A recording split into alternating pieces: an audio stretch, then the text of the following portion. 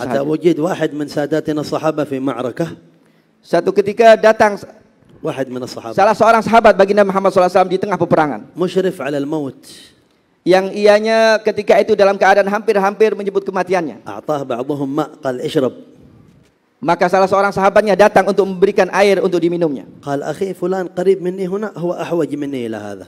Maka ia pun mengatakan, saudaraku yang jauh sana, ianya mungkin lebih memerlukan kepada air ini daripada aku. Sallallahu ala Muhammad, sallallahu ala Muhammad, sallallahu ala Muhammad, sallallahu ala Muhammad. Alhamdulillah, نسأل الله تبارك وتعالى البركة لنا ولكم في هذه المجالس المتجددة المنعقدة على ذكر الله والصلاة والسلام على سيدنا المصطفى محمد صلى الله عليه وآله وسلم.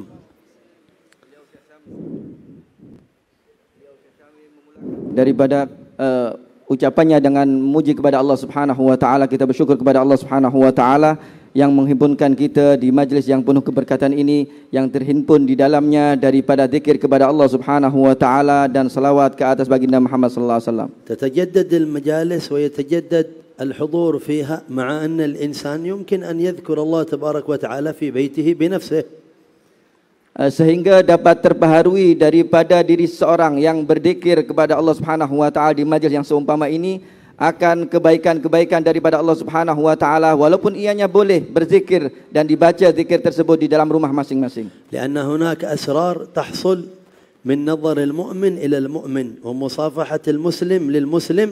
قال فيها الحبيب صلى الله عليه وآله وسلم إذا التقى المسلمان فتصافحا تحاتت عنهما الذنوب كما يتحات الورق عن الشجر. يعني تسقط من الإنسان ذنوبه بمجرد مصافحته لأخيه المسلم. Karena terdapat banyak sekali rahasia-rahasia di sebalik daripada perhimpunan di majlis yang seumpama ini, yaitu di antaranya dengan saling memandang antara satu muslim dengan muslim yang lainnya dengan pandangan rahmat, saling bersalaman satu dengan yang lainnya, di mana baginda Muhammad SAW menyebutkan dalam sebuah hadisnya akan yang sedemikian itu. Baginda menyatakan apabila berjumpa dua orang muslim kemudian ianya berjabat tangan, maka akan berguguranlah daripada dosa-dosa keduanya, sehingga tangan tersebut seperti mana daun-dedaunan gugur di musim kering. في بعض الروايات إذا التقى المسلمان فتصافحا وحمد الله، في رواية وصليا على النبي محمد صلى الله عليه وسلم. وهذا الذي من أجله عادتكم في ماليزيا وفي غيرها من البلدان أنهم إذا تصافحوا يصلون على النبي صلى الله عليه وسلم لأجل هذا السر الوارد في الحديث. Dalam riwayat yang lainnya baginda menyebutkan apabila berjumpa dua orang muslim kemudian bersalaman dan menyebut kepada Allah Subhanahu wa taala, dalam riwayat yang lainnya kemudian berselawat ke baginda Muhammad sallallahu alaihi wasallam, maka akan gugurlah dosa-dosa keduanya. Maka inilah di antaranya yang diamalkan di antaranya di Malaysia ini ataupun tempat yang lainnya, bila mana kita berjumpa dengan saudara kita, kita berjabat tangan, kita bersalawat kepada baginda Muhammad sallallahu alaihi wasallam, ianya adalah mengamalkan akan apa yang disebutkan dalam riwayat tersebut. في رواية أخرى يقول صلى الله عليه وسلم إذا التقى المسلمان فتصافحا نزلت عليهما 100 رحمة 90 منها لأكثرهما بشرا. المستبشر في وجه أخيه هذا 90 رحمة له، والثاني الأقل بشر 10 رحمات من 100. Dalam riwayat yang ini baginda menyatakan apabila berjumpa dua orang muslim kemudian saling bersalaman, maka Allah Subhanahu wa taala akan turunkan kepada kedua-duanya 100 rahmat Allah Subhanahu wa taala. 90 daripada 100 rahmat tersebut akan diberikan kepada salah seorang di antara keduanya yang paling banyak senyumnya, paling banyak gembiranya dengan perjumpaan dengan saudara muslim yang lainnya, manakala yang 10 diberikan kepada yang lainnya. مثل هذه المنافع في الاجتماعات من أجلها شرعت صلاة الجماعة، ومن أجلها شرعت صلاة الجمعة، من أجلها شرع الحج إلى بيت الله. فصار الصالحون يعقدون هذه المجالس في الجموع لتدخل في بركة هذا الاجتماع فيحصل بها عموم الانتفاع. Maka dengan rahasia di sebalik berkumpulnya antara muslim dengan muslim yang lainnya inilah disyariatkan solat berjamaah sehingga berkumpul muslim dengan muslim yang lainnya, disyariatkannya solat Jum'ah, dan juga disyariatkannya haji ke Baitullah yang terhimpun di dalamnya daripada umat Islam. Dan dengan demikianlah para ulama juga memberikan satu wadah ataupun mereka menghimpunkan muslim-muslim yang lainnya dengan membuat majlis-majlis yang seumpama ini untuk mendapatkan daripada rahasia dan kebaikan yang Allah Subhanahu wa taala berikan di dalam perkumpulan antara muslim dengan muslim yang lain. الأصل في دين الإسلام أن المسلمين والمؤمنين كالجسد الواحد كما قال صلى الله وسلم وبارك عليه وعلى آله مثل المسلمين في توادهم وتعاطفهم وترحمهم كمثل الجسد الواحد وفي هذا معاني لطيفة كثيرة. Dalam hakikatnya dalam agama Islam ini setiap muslim dengan muslim yang lainnya ibarat satu tubuh badan ataupun satu jasad yang ianya tidak terpisahkan. So itu baginda mengatakan perumpamaan seorang muslim dengan muslim yang lainnya di dalam kasih sayangnya, di dalam hubungan cinta satu dengan yang lainnya, maka ianya seumpama satu tubuh badan. الآن نحن في حياة مختلفة متغيرة.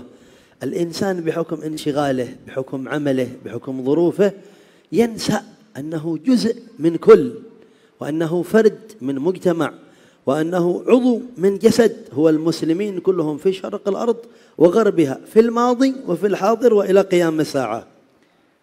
Dan pada keadaan yang terbaru ini dalam zaman kita ini kita dapati orang-orang yang bekerja di ofisnya ataupun dalam lapisan masyarakat yang lainnya dalam kumpulan-kumpulan mereka menganggap kumpulan mereka adalah satu persatuan yang satu. Maka inilah hakikatnya antara muslim dengan muslim yang lainnya walaupun mereka tersebar di penjuru dunia. Maka ini adalah merupakan persatuan yang seperti mana dikatakan oleh baginda Muhammad SAW seperti satu tubuh badan. هذا المعنى من الجسد الواحد أعلاه أن يؤثر الإنسان المؤمن الآخر على نفسه.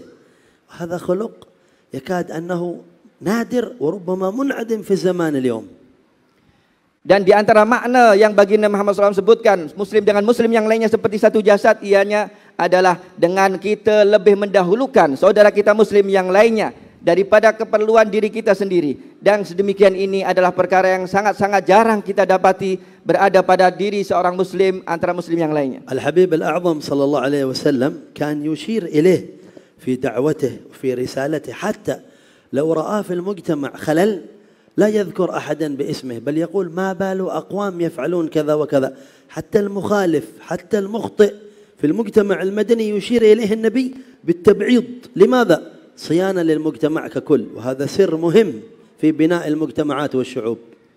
Maka begitulah baginda Muhammad SAW pun sangat-sangat menjaga kepada orang-orang yang sekelilingnya, bahkan bila mana ada berlaku kesalahan yang berlaku pada satu kaum, Nabi tak sebut langsung nama kaum itu ataupun sebutan daripada kaum itu, akan tapi Nabi SAW memberikan satu kiasan-kiasan ataupun menyinggung akan perbuatan mereka. Nabi mengatakan ma balu aqwamin, apa yang dilakukan oleh kaum fulan itu.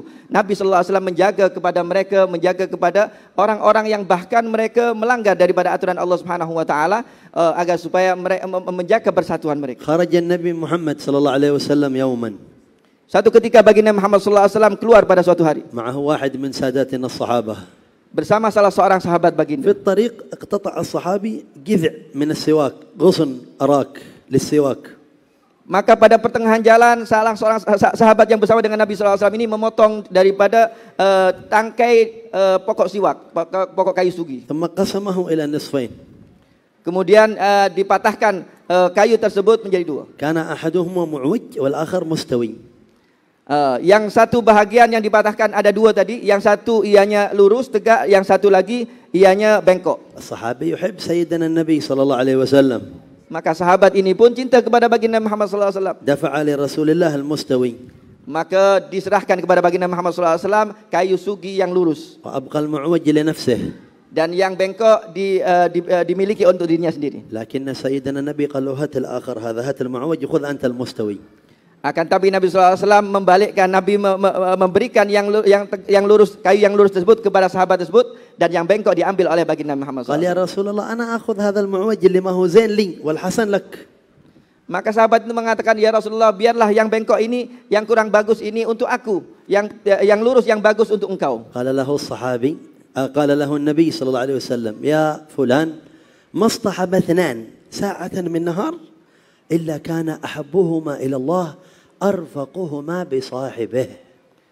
Maka Nabi pun menjawab kepada sahabat tersebut, wahai sahabatku, sesungguhnya tidaklah ada dua orang yang berjalan beriringan, bersahabat bersama-sama di satu hari, melainkan Allah Subhanahu wa taala akan lebih mengasihi kepada satu di antara dua yang paling kasih kepada yang lainnya.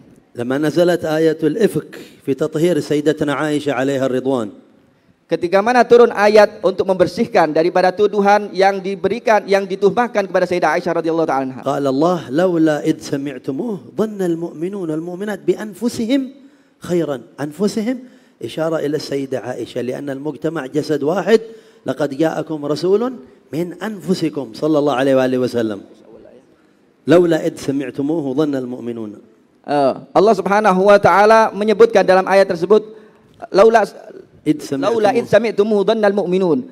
Kalaulah kalian semua mendengarkan, ketika mana kalian mendengar daripada isu yang mentuhmah kepada Siti Aisyah, yang dimaksudkan dengan kalimat anfusihim ini adalah Sayyidah Aisyah, seperti mana ayat yang disebutkan dalam laqad ja'akum rasulun min anfusikum, yang dimaksudkan bahagian daripada kalian ini adalah Siti Aisyah radhiyallahu taala anha. قال بعضهم لم يكن الإيثار بالأنفس بالحياة بالروح إلا في أمة النبي محمد صلى الله عليه وآله وسلم يؤثر غيره بروحه.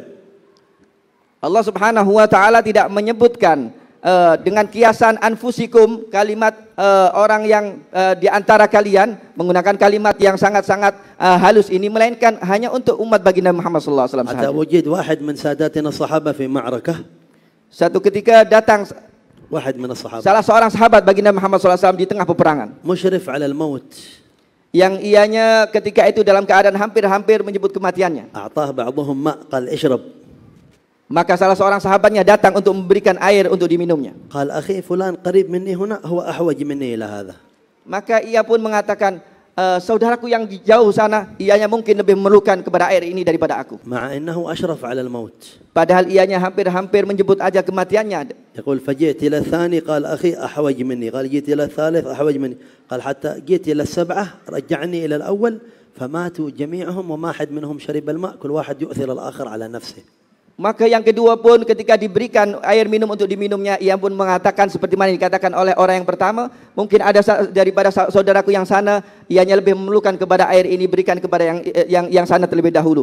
Maka datanglah sahabat yang bawa air ini, bahkan pusing kepada 7 orang, sehingga ketika yang ketujuh itu didatangi, ianya pun telah meninggal dunia, kembali kepada yang pertama telah mati, dan seterusnya kesemuanya telah meninggal dunia, disebabkan karena lebih mementingkan kepada saudara yang lainnya walaupun dalam keadaan hampir menyebut kematian. خرج اثنان من ساداتنا الصحابة في سفر. Keluarlah dua orang sahabat, salah seorang sahabat Nabi SAW suatu ketika. فكان في مركب صغير قارب صغير. Ketika itu ianya berjalan melalui satu lorong yang sangat sempit. أراد الأول أن يتوضأ من الماء فانخفض ليأخذ الماء للوضوء. Ianya melalui satu perigi yang kecil yang sempit, maka salah seorangnya ingin untuk mengambil air guna untuk digunakan air wudu. بدون شعور سقط في الماء وكاد أن يغرق. Tanpa terasa dia pun terjatuh masuk ke dalam perigi tersebut sehingga hampir tenggelam di dalam airnya. فرمى صاحبه بنفسه خلفه لينقذه من الماء والغرق. Maka saudaranya yang sebelahnya ataupun sahabat yang lainnya ini pun langsung terjun untuk menolong daripada saudaranya. العجيب أن الثاني ما كان يعرف السباحة أيضا. Maka yang mengagumkan di sini, yang terjun untuk menolong ini dia pun tak pandai untuk berenang, demi untuk menyelamatkan saudaranya dia pun terjun langsung. فكادا أن يغرقا معا. Maka keduanya hampir-hampir tenggelam sama-sama kedua-duanya. أنقذوهم بحمد الله وخرجوا. أنقذوهم خرجا معا. Maka kedua-duanya saling untuk berusaha mengeluarkan diri mereka masing-masing sehingga mereka dapat keluar daripada perigi tersebut. الأول يقول لصاحبه أنا سقطت بدون شعور لكن أنت رميت بنفسك كيف ترمي بنفسك وأنت ما تعرف السباحة. Maka kawan atau saudaranya yang pertama, sahabat yang pertama tadi mengatakan, aku terjatuh ke dalam perigi ini karena tanpa sadar, tanpa sengaja. Tapi engkau mengapa engkau sengaja masuk sedangkan engkau tidak mampu untuk berenang? قال له كلمة عجيبة. Maka dia pun menjawab dengan jawaban kalimat yang sangat menakjubkan, لا تترجم. yang tak dapat untuk diterjemahkan. قال له ظننت أنك أني فشغلت بك عني. قال أنا أظن أن أنت أنا سقطت بنفسي بأنقذك ما دريت أن أنت واحد ثاني. من قوة المحبة والشعور بالجسد الواحد. Maka dia pun mengatakan, ketika engkau jatuh, aku menyangka bahwa dirimu itulah ada aku. Maka dengan dengan secara otomatis, dengan refleks, aku pun terus ingin menyelamatkan diriku itu dan aku menerjunkan diriku ke dalam air tersebut. ماذا أريد أن أقول من هذا الكلام كله؟ Maka apakah ungkapan yang yang dapat kita ungkapkan untuk menilai daripada apa yang berlaku di antara sahabat yang seperti ini? واحد من أوجب واجبات المحبين لهذه المجالس التفقد للمؤمنين في هذا البناء، بناء الجسد الواحد في المجتمع. تفقد. Maka yang dapat untuk kita lakukan adalah di antaranya untuk supaya kita saling memperhatikan dan juga mencari tahu akan keadaan saudara kita muslim yang lainnya, terutamanya di majlis-majlis yang seumpama ini. يبدأ بالوالدين وكبار السن. Kita mulakan daripada orang-orang yang lebih tua daripada kita, daripada kedua ibu bapa kita. ثم الزوجة والأولاد. Kemudian anak istri kita. ثم الإخوان. Dan saudara-saudara kita. ثم الجيران. Jiran-jiran kita.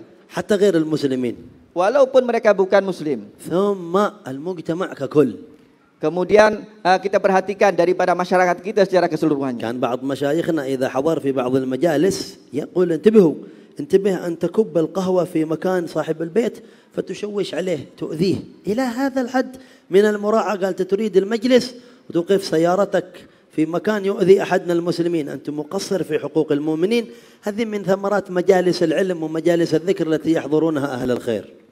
Maka salah seorang di antara guru-guru kita, beliau sampai memperhatikan akan perkara yang kecil sekali. Beliau menegur daripada muridnya, janganlah engkau tumpahkan kopi di tengah-tengah majlis kerana ianya boleh untuk menjadikan gelisah daripada tuan rumah atau sahibul bait yang membuat majlis tersebut. Maka sampai sedemikianlah mereka menjaga hati orang lain dalam majlis-majlis yang seumpama ini. فضلا عن إيذاء المؤمن أو حسده أو بغضه أو حمل شيء في قلبك عليه. Lebih-lebih lagi daripada perkara yang boleh mengganggu saudara kita muslim yang lainnya, apatah lagi daripada dengki dan juga membenci kepada mereka. أختم بحديث وقد أطلت عليكم أعتذر للإطالة. Beliau akan menutup dengan satu ucapan karena terlampau lama mungkin. يقول الحبيب الأعظم صلى الله عليه وسلم لسيدنا أنس ربيبه في بيته. Bersabda baginda Muhammad SAW kepada Sayyidina Anas yang berkhidmat menemani baginda di dalam rumahnya. يا أنس يا بني. Wahai Anas, wahai anakku. إن استطعت أن تصبح وتمسي. Apabila engkau mampu untuk berada di pagi hari maupun di petang hari. وليس في قلبك غش. Sedangkan dalam hatimu tak ada rasa benci ataupun dengki kepada siapapun. ولا غل.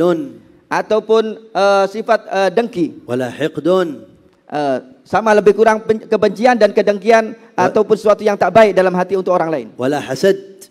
Ataupun sifat hasud على أحد من المسلمين. kepada sesiapapun daripada umat Islam. فافعل.